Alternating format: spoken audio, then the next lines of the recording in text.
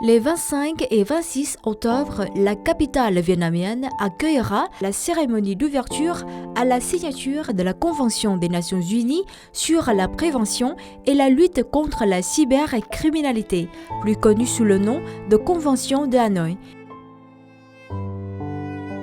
Il s'agit du premier traité mondial des Nations Unies consacré à ce domaine depuis plus de 20 ans, après la Convention de Budapest de 2001.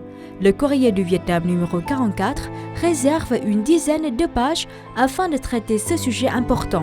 Dans un message publié à l'occasion de la cérémonie d'ouverture à la signature de la convention susmentionnée, le président de la République, Luong Quang, a souligné que la convention établit un cadre juridique de coopération internationale pour combattre la cybercriminalité, garantissant un soutien et un renforcement des capacités des États parties, en particulier des pays en développement et ceux les plus vulnérables.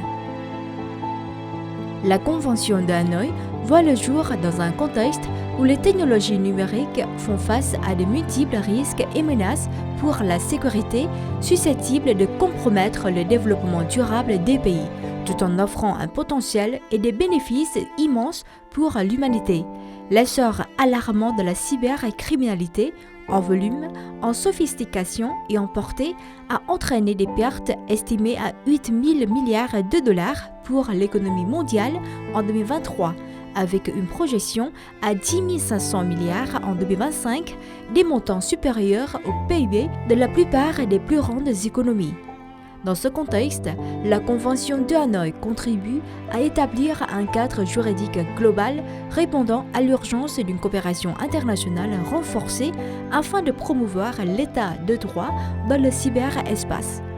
Le choix des Nations Unies d'organiser en 2025 la cérémonie d'ouverture à la signature à Hanoï constitue une étape marquante de la diplomatie multilatérale du Vietnam et de près d'un demi-siècle de partenariat Vietnam-ONU.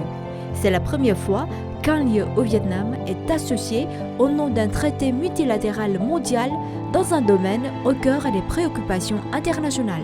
Cette décision reflète le statut et le prestige internationaux grandissant du pays, ainsi que sa contribution active, responsable et substantielle tout au long du processus de négociation. Dans ce numéro, le Courrier du Vietnam a publié les opinions des experts vietnamiens et étrangers autour de cet grand événement.